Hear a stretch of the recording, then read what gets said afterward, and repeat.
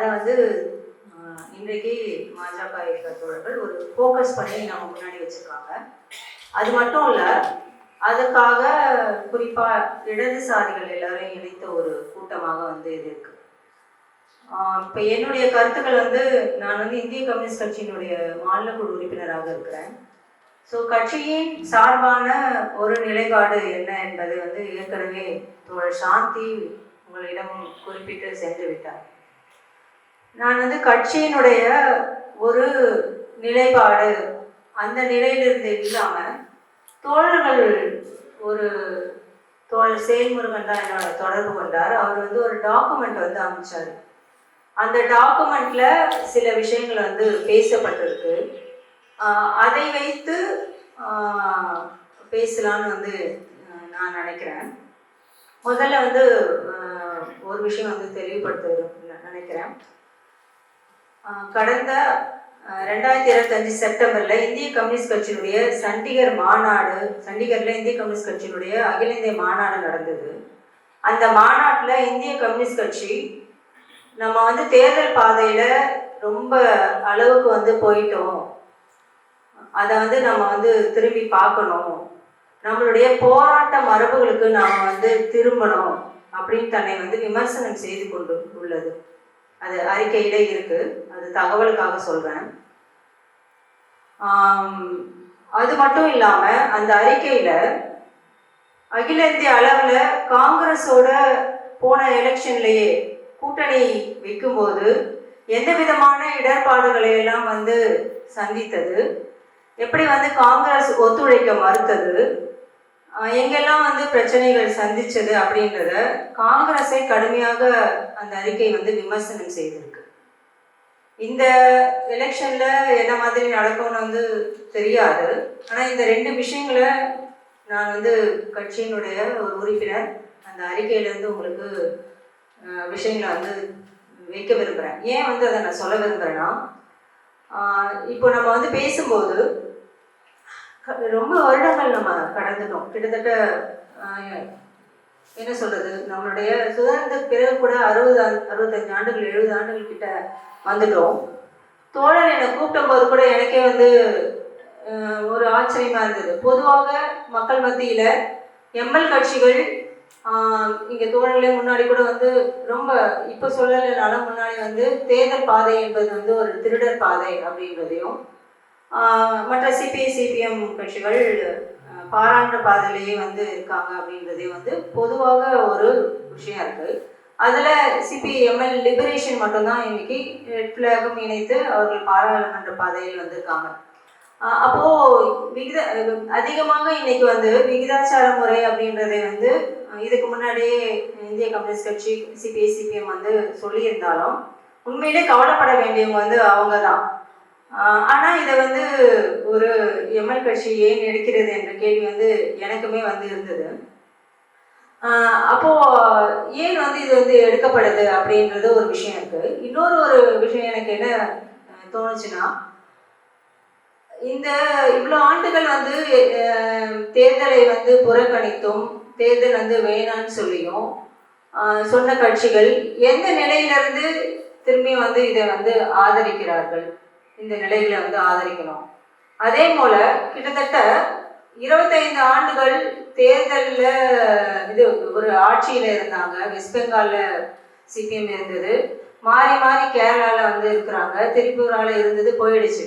இன்னைக்கு கிட்டத்தட்ட எல்லா வாக்கு தளங்களையும் வந்து சிபிஐ சிபிஎம் எல்லா கட்சிகளுமே வந்து இழந்திருக்காங்க. அதுதான் வந்து உண்மை.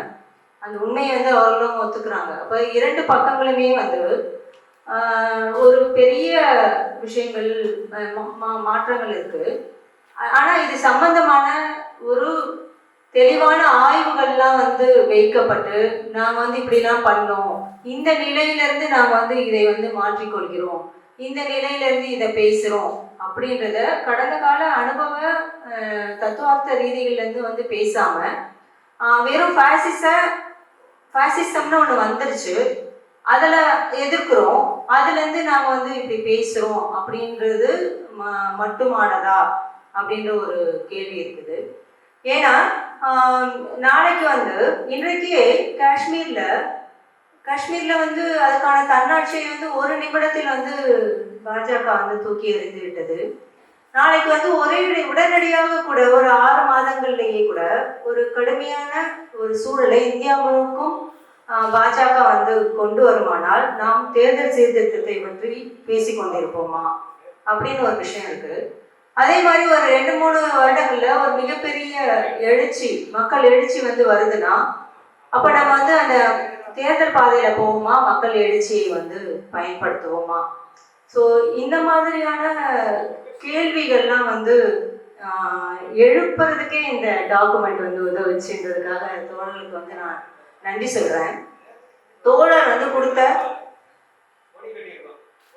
தோழர் நான் வந்து அதிக நேரம் எடுத்துக்கிறேன்னு நினைச்சீங்கன்னா நீங்க என்னை வந்து சொல்லலாம், குறைச்சிக்கோங்கன்னு சொல்லி.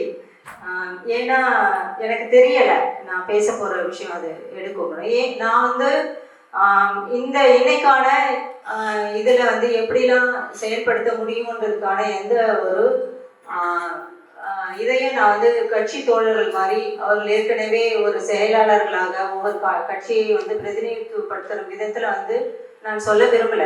நான் சில மார்க்சிய அடிப்படைகள் ஏற்கனவே என்னவா இருந்தது, அது நமக்கு எந்த விதத்திலாவது உதவுமா அப்படின்ற நிலைப்பாட்டில இருந்து மட்டும்தான் உங்களுடைய கருத்துக்களை வந்து பகிர்ந்து கொள்ள விரும்புகிறேன்.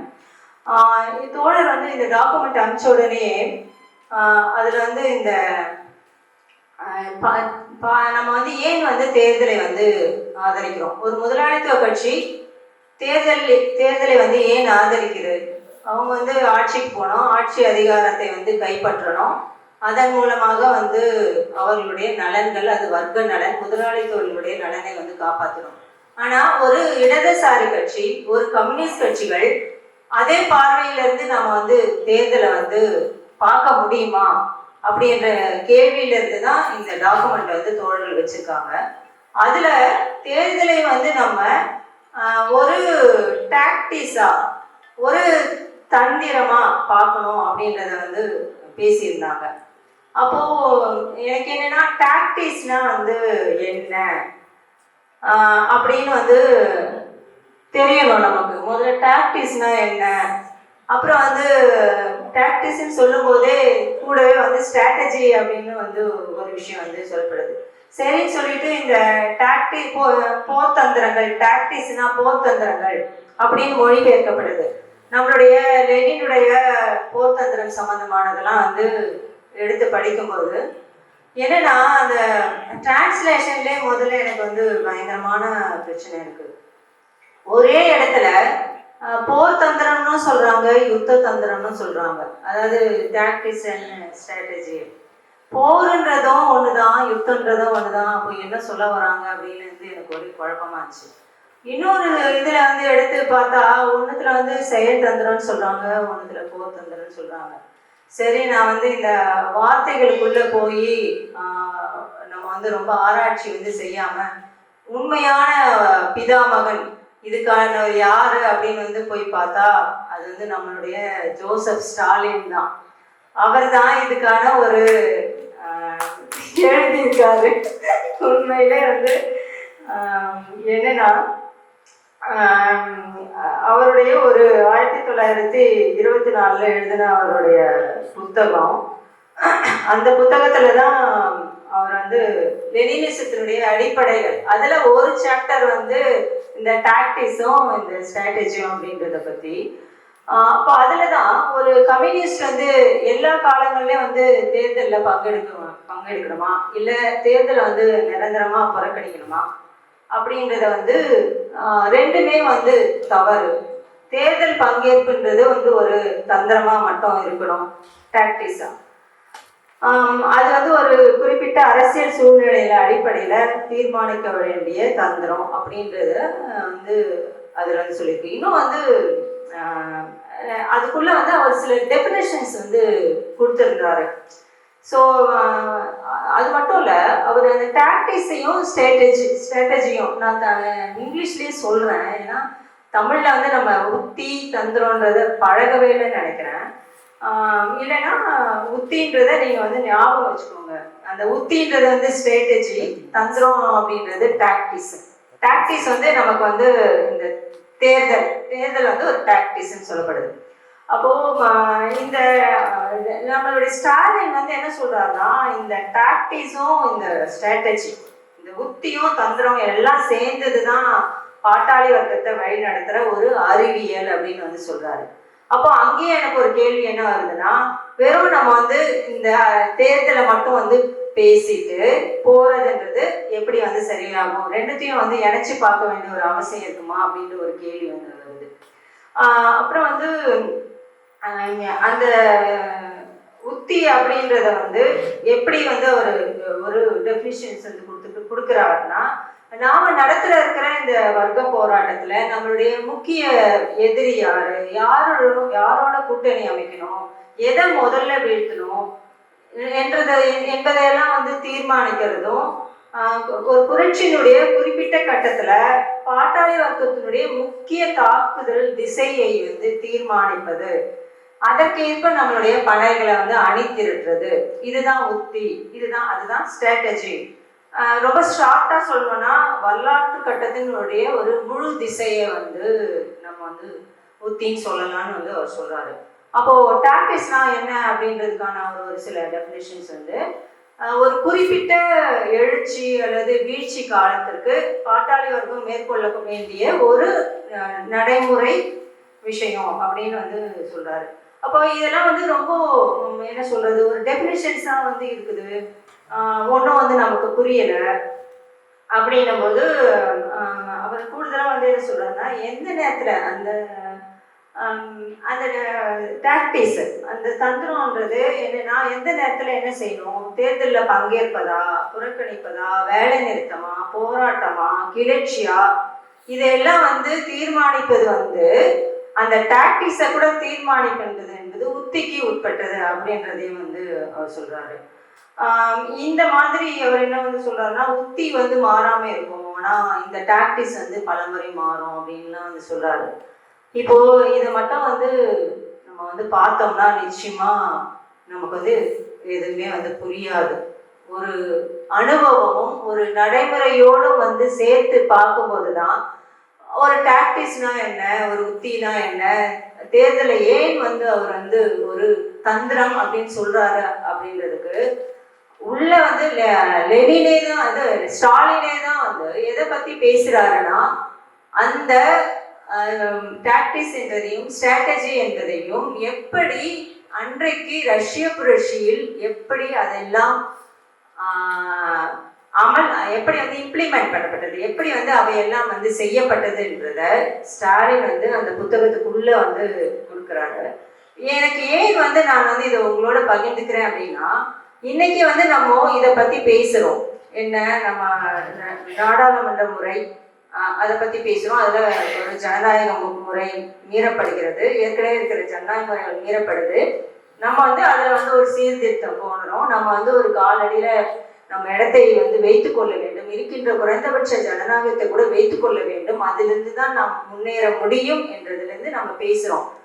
ஆனா இப்போ எனக்கு திரும்பி என்ன கேள்வினா, இதையெல்லாம் வந்து நம்ம வந்து நமக்கு ஏற்கனவே வச்சிருக்கிற நம்மளுடைய திட்டங்களோடும் நம்மளுடைய இலக்குகளோடும் இணைத்து பார்க்காம வெறுமனே பேச முடியுமா என்பது வந்து என்னுடைய கேள்வி. இதெல்லாம் நான் வந்து விவாதத்துக்கான விஷயங்களா தான் வந்து வைக்கிறேன். ஏன்னா ரஷ்யாவுடைய புரட்சியில வந்து பாத்தீங்கன்னா, அவங்க வந்து வைக்கிற ஒரு ப்ரோக்ராம்லயே அவங்களுடைய செயல் திட்டத்திலேயே அவங்க ரெண்டு பகுதிகளை வந்து வைக்கிறாங்க. ஒண்ணு வந்து குறைஞ்சபட்ச திட்டம். தோழர்கள் கூட சிலர் வந்து சொன்னாங்க, நீங்க முதல்ல வந்து எதை செய்ய போறீங்க, முதல்ல வந்து எது, அதுக்கு அடுத்தது எது, அதுக்கான வழி என்ன என்பதிலேயே நம்மளுடைய இடதுசாரிகளுக்கு ஒருமித்த ஒரு கருத்து இருக்கிறதா அப்படின்றத வந்து ஒரு கேள்வி வந்து நமக்கு இருக்கு. ஏன்னா நீங்க ரஷ்யாவுடைய குறைந்தபட்ச திட்டத்துல ஃபர்ஸ்ட் அவங்க வைக்கிறது வந்து குறைந்தபட்ச திட்டம் வந்து அன்னைக்கு இருந்த ஜாருடைய முடியாட்சியை வந்து எடுக்கணும். அதே மாதிரி அன்னைக்கு அனைவருக்குமான வாக்குரிமை, பேச்சு எழுத்து, 8 மணி நேர வேலை, அப்புறம் நிலச்சுவார்ந்தவர்களால் பறிக்கப்பட்ட நிலங்களை வந்து திருப்பி கொடுக்கணும் விவசாயிகளுக்கு, அப்புறம் தேசிய இனங்களுக்கு சுயநிர்ணய உரிமை. அப்போ இதனுடைய சாரம் வந்து என்னன்னா, முதல்ல வந்து புரட்சியினுடைய ஜனநாயக கட்டத்தை வந்து நிறைவேற்றணும்னு சொல்லிட்டு. இப்போ நம்ம அதை எடுத்துக்கிறோமா இல்லையா? இன்னைக்கு இந்த ஜனநாயக கட்டத்துக்குள்ள இடதுசாரிகளுக்குள்ள சுயநிர்ணய உரிமையை நம்ம வந்து ஏற்றுக்கொள்கிறோமா இல்லையா?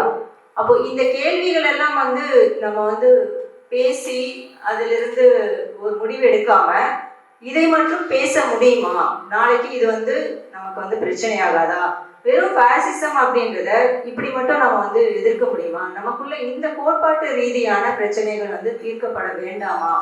ஏன்னா சுயநிர்ணய உரிமைன்றது நமக்கு தமிழ்நாட்டில் இன்னைக்கு பெரிய பிரச்சனையா வந்து இல்லாம இருக்கலாம். ஆனா இந்தியா முழுமைக்கும் பல இடங்கள்ல இன்னைக்கு காஷ்மீர் உட்பட நாகாலாந்து உட்பட எல்லா இடங்கள்லயும் சுயநிர்ணய உரிமைன்றது ஒரு பெரிய கேள்வியா வந்து முன்னாடி நிற்கும் போது அதை பத்தி பேசாம நம்ம வந்து வெறும் விகிதாச்சாரம் தேர்தல் சீர்திருத்தம் அப்படின்றத வந்து எந்த அளவுக்கு முன்னெடுக்க முடியும் அப்படின்ற ஒரு கேள்வியை வந்து நமக்கு வைக்கலாம்.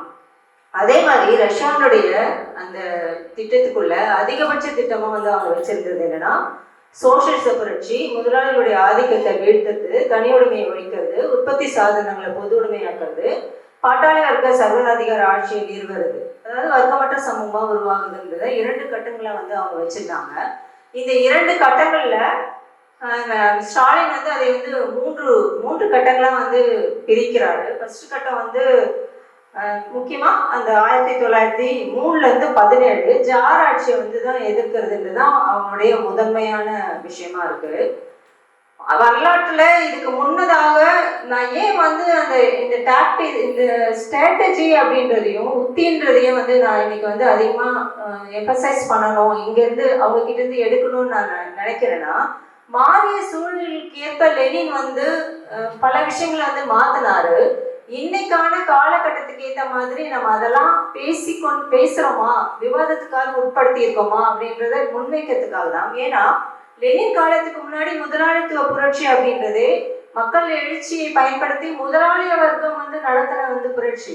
லெனின் அதையே வந்து அவருடைய காலத்துல வந்து தலைகீழா வந்து மாத்தி போடுறாரு. ஏன்னா அன்னைக்கு அவர் காலத்துல இருந்த அந்த ஜாராட்சியில் இருந்த மிதவாத முதலாளிகள் இவங்களோட அன்னைக்கு இருந்த ஜார் குடியரசு வேணும்ன்றத வலிமையா வருத்தாம ஜார் மன்னனோட ஒரு சமரசத்துக்கு போகிறாங்க அப்படின்னும் போதும் அங்க வந்து லெனின் வந்து ஒரு விஷயத்தை இருக்கிறாரு. பாட்டாளி வர்க்க தலைமையில தான் வந்து நம்மளுடைய புரட்சி நடக்கணும், முதலாளித்துவ ஜனநாயக புரட்சி பாட்டாளி வர்க்க தலைமையில தான் நடக்கணும். அதோடு அங்குதான் வந்து விவசாய வர்க்கத்தை, ஏற்கனவே மன்னரை வந்து மிகப்பெரிய அளவுக்கு நடத்தி கொண்டிருக்கிற விவசாய வர்க்கத்தை நம்மளோட வந்து இணைக்கணும். அது மட்டும் இல்ல, இந்த மிதவாத முதலாளிகளையும் வந்து நம்ம தனிமைப்படுத்தணும். அப்போ இதுல எல்லாம் வந்து ஒரு கிளாரிட்டி இருக்கு. யாரை வந்து நம்ம இணைக்கணும், யாரை வந்து விளக்கணும், எதை வந்து முதலில் செய்யணும் அப்படின்றதெல்லாம் இன்றைக்கு நம்மளுடைய கட்சிகள் பல கட்சிகள் வந்து சொல்லுது. ஆனா பிரச்சனை என்னன்னா இதுக்குள்ள நிறைய டிஃபரன்சஸ் இருக்கு. அப்போ இந்த டிஃபரன்சஸ்லாம் வந்து பேசாம நம்ம வந்து ஒரு களத்துக்கு வந்து போக முடியுமா அப்படின்ற ஒரு கேள்வி. ஏன்னா இதையெல்லாம் வந்து சரியா அவங்க வந்து செய்யும் போதுதான் அன்னைக்கு வந்து அது வந்து டாக்டிக்ஸ் கிடையாது. ஆக்சுவலா லெனின் வந்து ஒரு உத்தியை வந்து ஒரு ஸ்ட்ராட்டஜி, அது ஸ்ட்ராட்டஜி கூட மாறும். ஏகேவில் அடிப்படையில் பார்த்தீங்கன்னா ஸ்ட்ராட்டஜி கூட மாறும்ன்றத வந்து லெனின் வந்து அந்த இடத்துல செய்திருக்காரு. அப்ப நமக்கும் வந்து ஸ்ட்ராட்டஜி மாறுமா அப்படின்றதெல்லாம் நமக்கு இன்னைக்கு முன்னாடி வந்து கேள்விகளா இருக்கு. அந்த இடத்துல என்ன மாதிரியான டாக்டிக்ஸ் அந்த ஃபர்ஸ்ட் கட்டத்துல லெனின் செஞ்சிருக்கிறாருன்னா 1905 வரைக்கும் வந்து ஒரு மிகப்பெரிய எழுச்சி காலமா வந்து இருக்குது.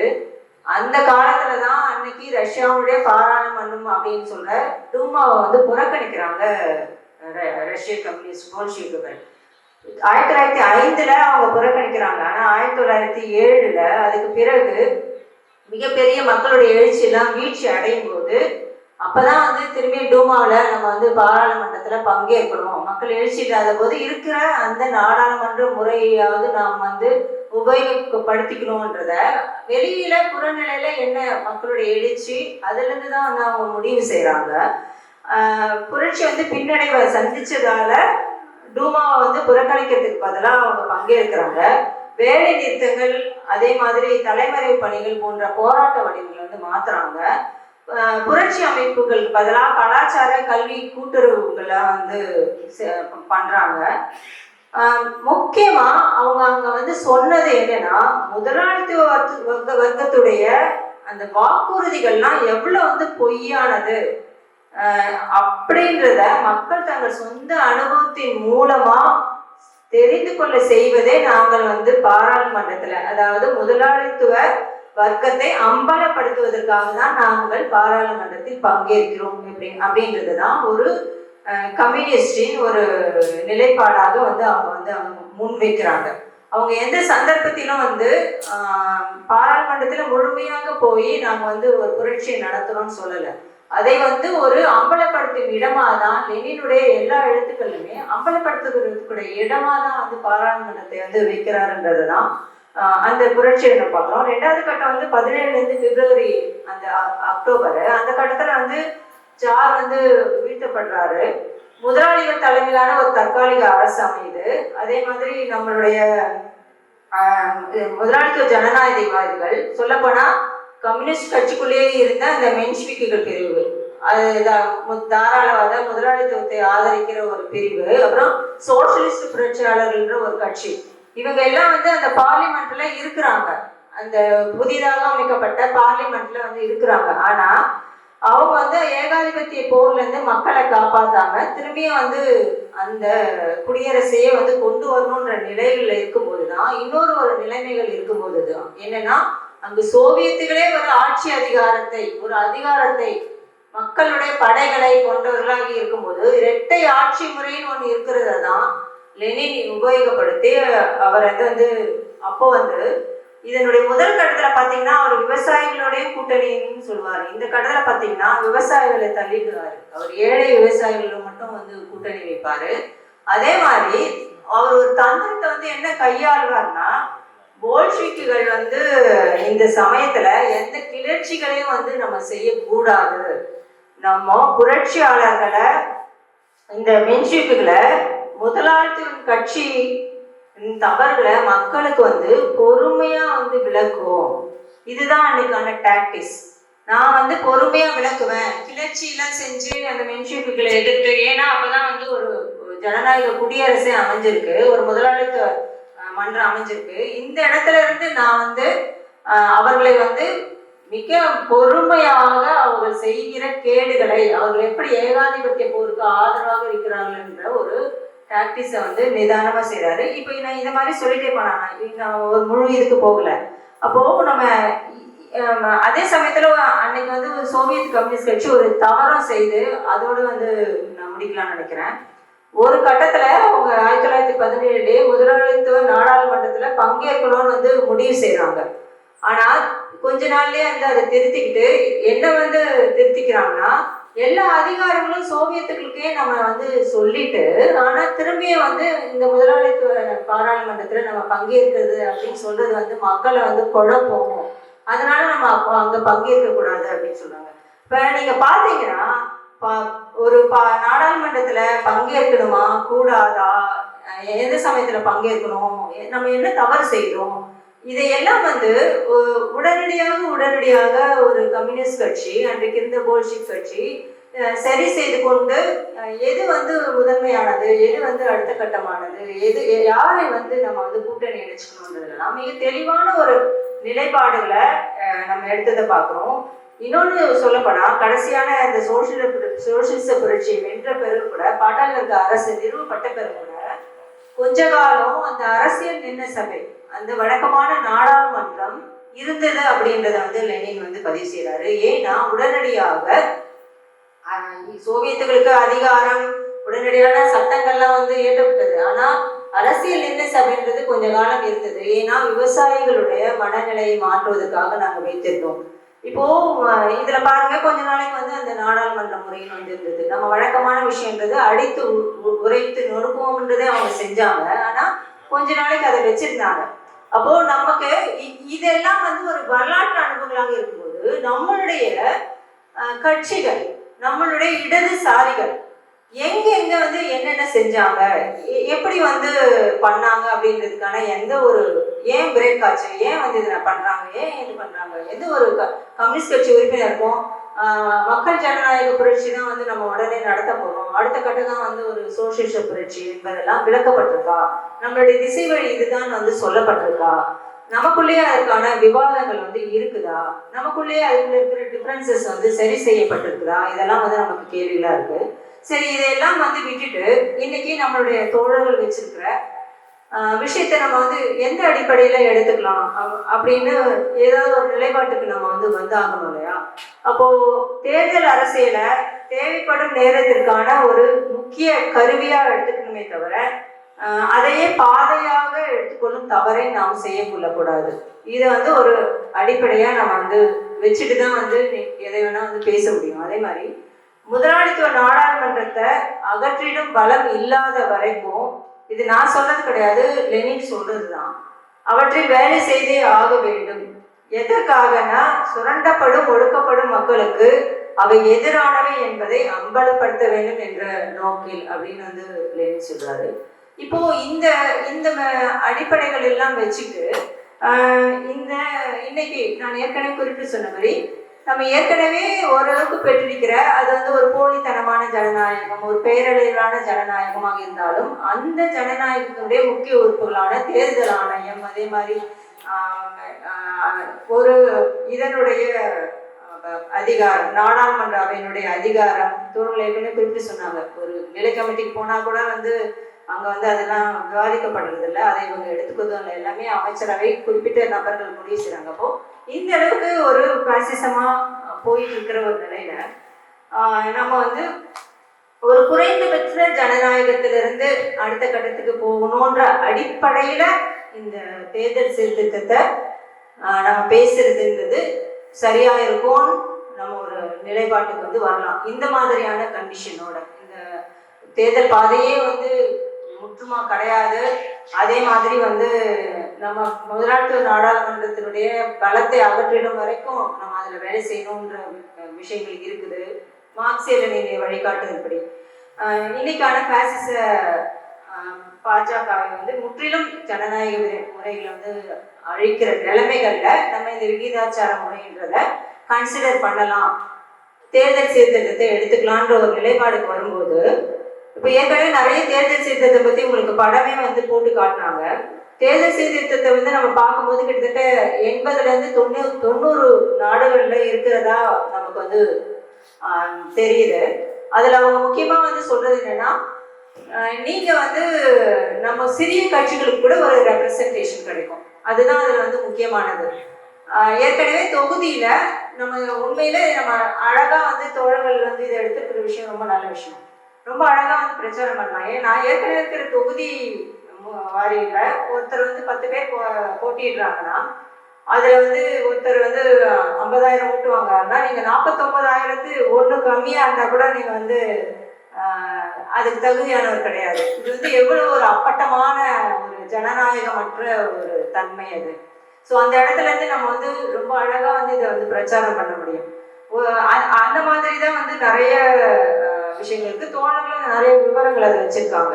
அப்போ ஒரு கட்சி பெற்றுள்ள விகிதாச்சார அடிப்படையில நம்ம வந்து போட்டி போட்டோம்னா ஓரளவுக்கு நமக்கு வந்து சீட்டு கிடைக்கும் அப்படின்றது நம்ம வந்து ஏத்துக்கலாம். ஆனாலுமே இப்போ நான் வந்து சில விஷயங்களை வந்து செக் பண்ணேன். 2021 நம்ம வந்து எலெக்ஷன்ல திமுக கூட்டணியில சிபிஐ சிபிஎம் வந்து எவ்வளவு வாக்குகள் வாங்கினாங்கன்ற அடிப்படையில் நம்ம பார்த்தோம்னா, நீங்க விகிதாச்சார முறைக்கு போனா கூட, இத்தனைக்கும் அவங்க வந்து அலையன்ஸ்ல இருக்காங்க, அலையன்ஸ்ல இருந்து சிபிஐ வந்து 2021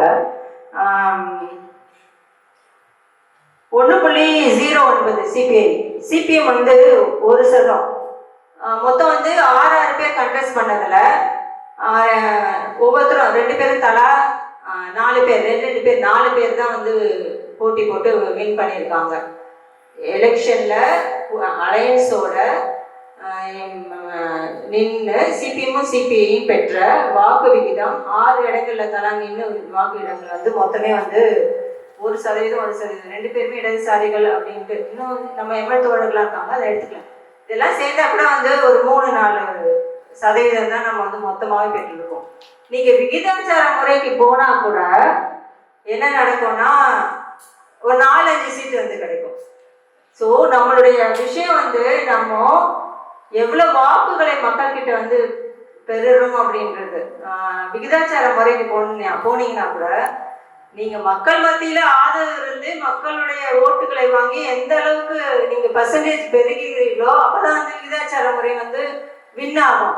அப்பயே நீங்க வந்து மக்கள் மத்தியில வேலை செஞ்சு அவர்களை திரட்டி உங்களுக்காக அவர் ஓட்டு போடுவார்கள் என்பதை வந்து நீங்கள் வந்து உறுதி செய்தால்தான் வந்து விகிதாச்சார முறை கூட வந்து வின் பண்ணும்.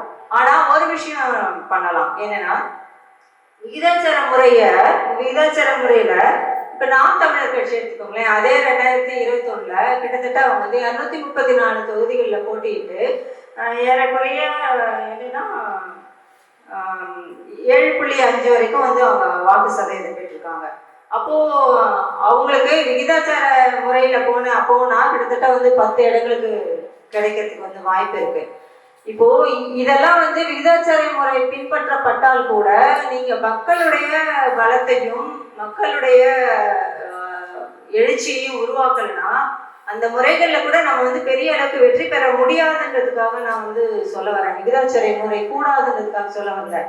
ஆனா எங்க நம்ம வந்து விகிதாச்சார முறையை பயன்படுத்தி வெற்றி பெறலாம் அப்படின்னு சொன்னா, கட்சிகள், கம்யூனிஸ்ட் கட்சிகள், இடதுசாரிகள், கம்யூனிஸ்ட் கட்சிகள் தனித்து நிற்க வேண்டும் அல்லது இடதுசாரிகள் மட்டும் ஒரு கூட்டணியாக வந்து நின்று எல்லா இடங்களிலும் அதிகபட்ச இடங்கள்ல வந்து அவங்க தேர்தல் வந்து என்னன்னா, நான் வந்து இந்த 1-2 இடங்களுக்காக வெற்றி பெறணுன்ற நினைப்பை கைவிட்டு நாம் இன்னிலிருந்து தொடங்குவோம், நம்ம வந்து ஒரு வாக்கு சதவீதத்தை பெறுவோம்னு தைரியமா இறங்கும் போது விகிதாச்சார முறை வெற்றி பெறுவதற்கு வாய்ப்பு இருக்கு. ஓரளவுக்கு விகிதாச்சார முறை வந்தா அப்போ எல்லா இடங்களிலிருந்தும் நீங்க ஒரு ரொம்ப ஒரு 10% பெற்றா கூட 25 வரைக்கும் வந்து நமக்கு சீட்டுகள் கிடைப்பதற்காக விகிதாச்சார முறையில நமக்கு வந்து வாய்ப்பு இருக்குது.